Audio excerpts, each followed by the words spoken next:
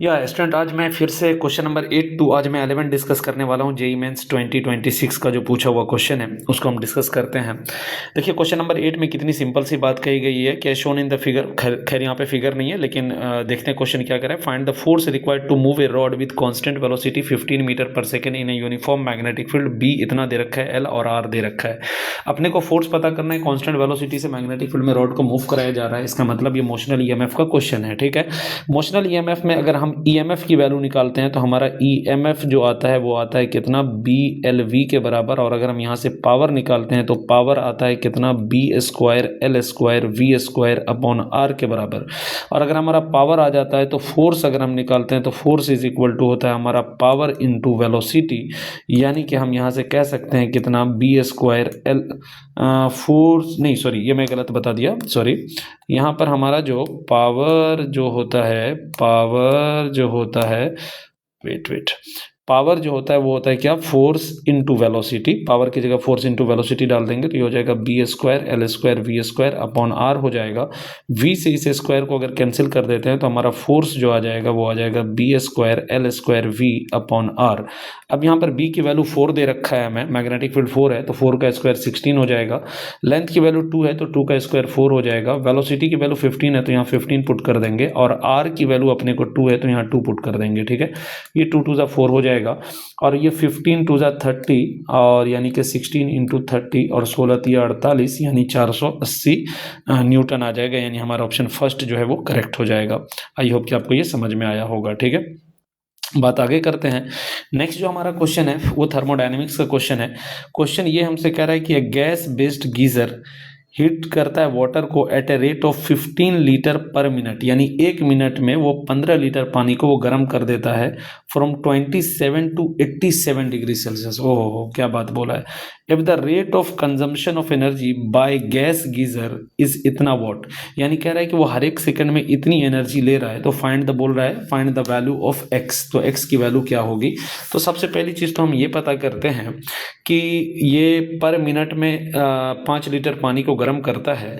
तो हमें ये पता करना पड़ेगा कि कितना ये हीट बेसिकली वाटर को सप्लाई करता है। तो अगर हम वाटर को हीट का सप्लाई निकालना चाहें तो हम कह सकते हैं delta Q is equal to हमारा हो जाएगा कितना, एम सी डेल्टा टी के बराबर हो जाएगा। अब यहाँ पर 5 लीटर है तो वाटर में जितना लीटर होता है उतना ही केजी होता है। ठीक है ना, तो हम ये कह सकते हैं मास की जगह पर 5 डाल देते हैं। स्पेसिफिक हीट यहाँ पर नहीं दिया है तो बट हम स्पेसिफिक हीट को क्या मान सकते हैं, जो हमारा वाटर का होता है 4186 होता है बट हम इसको 4200 अप्रोक्सीमेट मान लेते हैं। ठीक है ना, 4200। और जो हमारा डेल्टा टी है वो 27 टू 87 है, मतलब कि ये हमारा कितना आ जाएगा, 60 आ जाएगा। तो इतना हीट दिया जा रहा है, इतना हीट दिया जा रहा है किसको, वाटर को दिया जा रहा है। और कितने टाइम में दिया जा रहा है, तो ये दिया जा रहा है 1 मिनट में। 1 मिनट में इतना दिया जा रहा है। तो 1 सेकंड में कितना दिया जा रहा होगा हीट, तो इसके लिए हम क्या करेंगे, 60 से डिवाइड कर देंगे तो ये 1 सेकंड की हीट निकल करके आ गई। और 1 सेकंड की जो एनर्जी है उसी को पावर कहते हैं। और यही पावर गीजर का अपने को दे रखा है कितना, x इंटू 10⁴। तो ये 60 से 60 हमारा कैंसिल हो जाएगा। और अगर हम 10⁴ को भी कैंसिल करना चाहें तो 2 0 तो मुझे यहाँ से कैंसिल होता हुआ दिख रहा है, बचेगा यहाँ 10⁻²। तो वी कैन से x बराबर हो जाएगा कितना, 5 दूनी 10, 5 चौके 20 1 21 अपॉन हो जाएगा कितना, 100। तो ये लगभग 2.1 के आसपास आएगा जो कि हमारा ऑप्शन फर्स्ट करेक्ट हो जाएगा। आई होप कि ये भी आपको समझ में आया होगा। ठीक है, नेक्स्ट हम बात आगे करते हैं। नेक्स्ट अगर हम बात आगे करते हैं तो हमारा नेक्स्ट जो क्वेश्चन नंबर 10 है, कह रहा है कि given acceleration as a function of time. Acceleration का कुछ इक्वेशन दिया हुआ है यहाँ पर, T I cap minus 3t/4 J cap. Initially t is equal to 0, position जो है वो इतना दे रखा है यानी 0 पर है।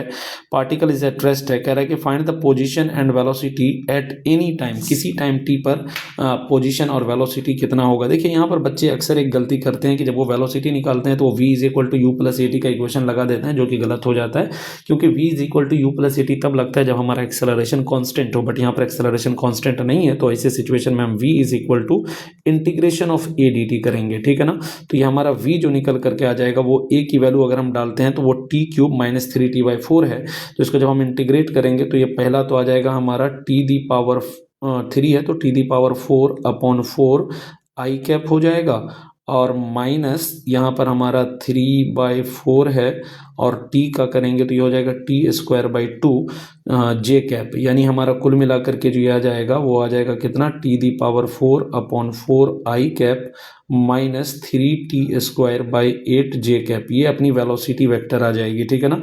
तो अगर हम वेलोसिटी को मिलाते हैं तो हमारा t⁴/4 आई कैप यहाँ दिख रहा है माइनस 3t²/8 जे कैप। ये ऑप्शन तो मैच करता हुआ दिख रहा है, लेकिन सेम टू सेम यही ऑप्शन बी में भी दे रखा है और कहीं ना कहीं same to same option C में भी दे रखा है, बट डी में थोड़ा गलत है ऑप्शन, ठीक है ना। तो डी तो अपना एलिमिनेट हो जाएगा। बाकी बाकी बाकी बाकी आर सबका अलग अलग है, तो हमें आर निकालना ही पड़ेगा। पोजीशन वेक्टर की अपने को ज़रूरत पड़ेगी ही पड़ेगी। तो अगर हमें पोजीशन निकालना है तो एस इज इक्वल टू हम कह देंगे integration of V D T लगा देंगे, चूंकि ओरिजिन से ये चल रहा है।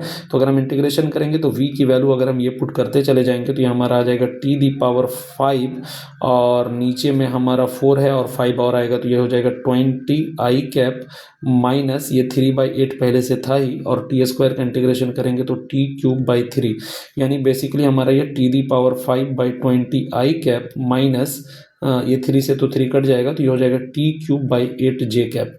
तो ये हमारा आ जाएगा t⁵/20 आई कैप माइनस t³/8 जे कैप, यानी कि ये तो हमारा ये दोनों ऑप्शन में कहीं ना कहीं दिखता हुआ दिख रहा है t³/8 जे कैप और t⁵/20 आई कैप। ये आर तो दोनों का एग्जैक्ट मैच करता हुआ दिख रहा है मुझे सेम टू सेम। तो फिर एक्सेलरेशन में कुछ वेलोसिटी में कुछ ना कुछ उल्टा पुल्टा होना चाहिए। वेलोसिटी हमारा कितना आता है t⁴, अच्छा यहाँ पे t⁴ है, यानी ये भी ऑप्शन नहीं होगा, हमारा ऑप्शन 1 बच जाता है। तो ऑप्शन 1 हमारा करेक्ट हो जाएगा। ऑप्शन 1 का वेलोसिटी और एस दोनों मैच कर रहा है, ठीक है ना। तो आई होप कि आपको ये भी क्वेश्चन समझ में आया होगा, ठीक है। नेक्स्ट हम आगे बात करते हैं क्वेश्चन 10 हो गया। क्वेश्चन 11 की अगर हम बात करते हैं, क्वेश्चन 11 में कह रहा है कि time taken by pulse to travel on a string 1 is t1 while on a string 2 is t2, find t1/t2 given μ1 इतना दे रखा है, μ2 इतना दे रखा है और सेम लेंथ है दोनों का, ठीक है ना। तो दोनों में हमें टाइम टेकन के बारे में बात किया गया है। तो जब हम टाइम की बात करते हैं तो टाइम जो हमारा आता है, टाइम इज इक्वल टू होता है कितना, डिस्टेंस अपॉन वेलोसिटी। तो हम ये कह सकते हैं डिस्टेंस तो सर दोनों का सेम है, तो अपन ये कह सकते हैं t1 into v1 should be equal to होना चाहिए t2 इंटू v2। और टाइम को अगर हम देखें यानी अगर हम t2 निकालना चाहें, t1/t2 ही बोला गया है, that will be equal to v2/v1 हो जाएगा। और वेलोसिटी का जो इक्वेशन होता है, वेलोसिटी इज इक्वल टू होता है कितना, ये होता है √t/μ होता है। यानी टेंशन तो दोनों में सेम बोल रखा है ना, सेम लेंथ और सेम टेंशन है, तो टेंशन को तो अपने को सोचना ही नहीं है।